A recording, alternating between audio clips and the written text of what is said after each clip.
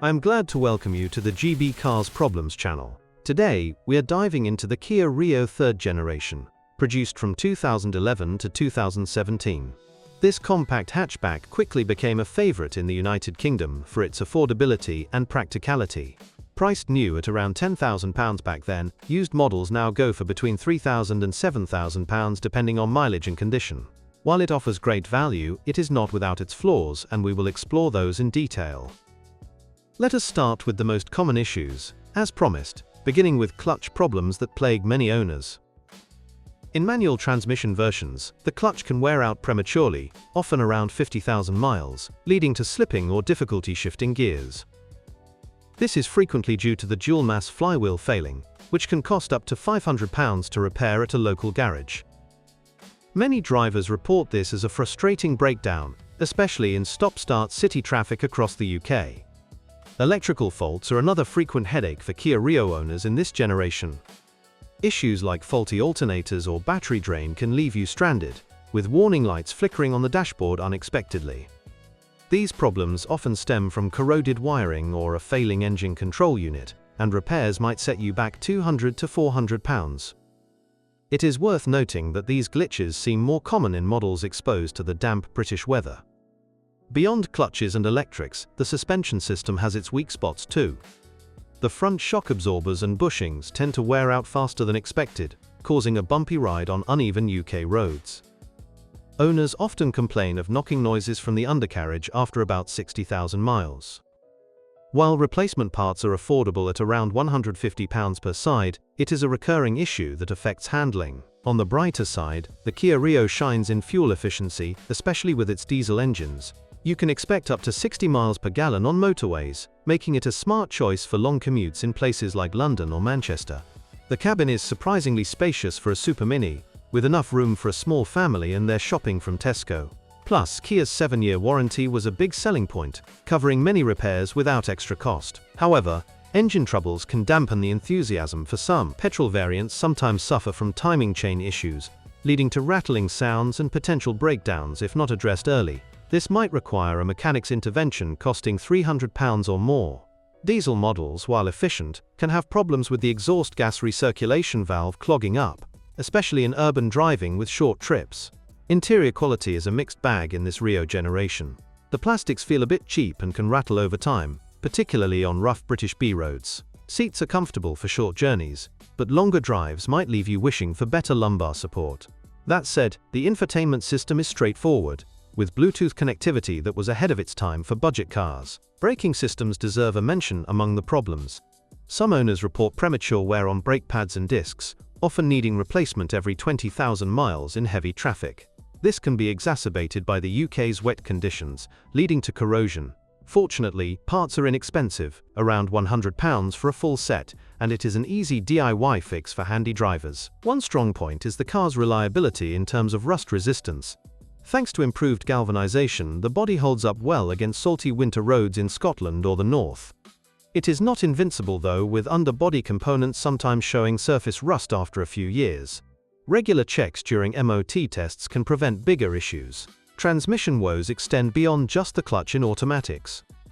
Some 4-speed autos from this era can hesitate or jerk during shifts, pointing to solenoid failures. Repairs might run to £600, but it is less common than in rivals like the Ford Fiesta. Overall, the gearbox is durable for everyday use. The air conditioning system can be unreliable, especially in older models. Compressors fail, leading to no cool air during hot summers, which are rare but appreciated in the UK.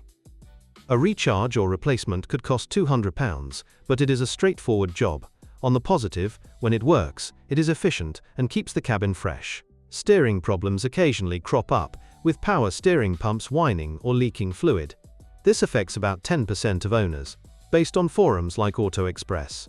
Fixing it might involve a new pump for £300.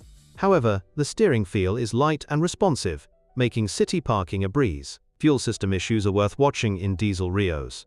The high-pressure fuel pump can fail, causing starting problems or loss of power on the M1. Parts and labor could total £400.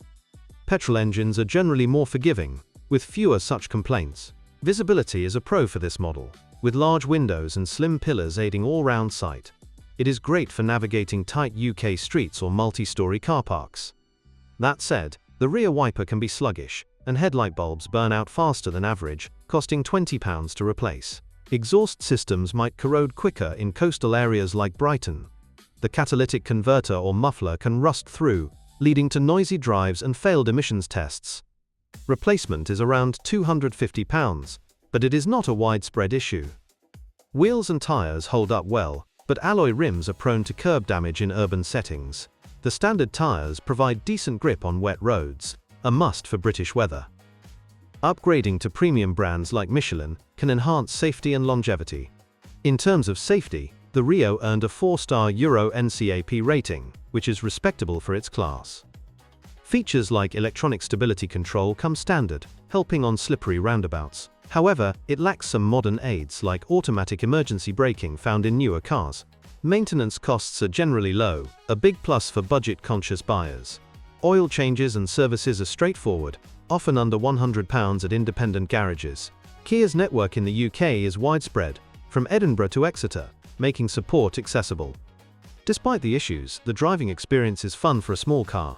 It handles corners with agility, thanks to a well-tuned chassis. Acceleration is peppy in the 1.4-litre engine, reaching 60 miles per hour in about 11 seconds. Boot space is adequate at 288 litres, fitting weekly groceries or weekend luggage. Folding rear seats expand it nicely for larger loads. It is practical for young families or solo drivers alike. Resale value holds steady in the UK market, better than some competitors. A well-maintained 2015 model might fetch £5,000 today. That stability is appealing for those planning to sell after a few years. Noise levels can be a downside on motorways, with wind and road roar intruding at higher speeds. Insulation is not the best, but it is tolerable for short trips. Engine refinement is good in town though. Customization options were limited, but aftermarket accessories like roof racks are easy to add. It suits those who want a no-frills commuter. Reliability surveys from What Car place it mid-pack, not the worst but not top tier. In conclusion, the Kia Rio 3rd generation suits budget-savvy drivers in the UK, who need a reliable daily runner for city life, perhaps young professionals, or small families watching their pennies. It is ideal if you are okay with occasional maintenance, like clutch or electrical fixes, and value low running costs over luxury. However, if you demand flawless reliability or premium features, look elsewhere, as its weak points could frustrate over time. And if you own this automotive masterpiece, please describe the problems you encountered while driving it. Perhaps your review will help viewers when choosing a car. That's all I have for now. Thank you all very much for your attention. I'd be very grateful if you subscribe to the channel. See you soon.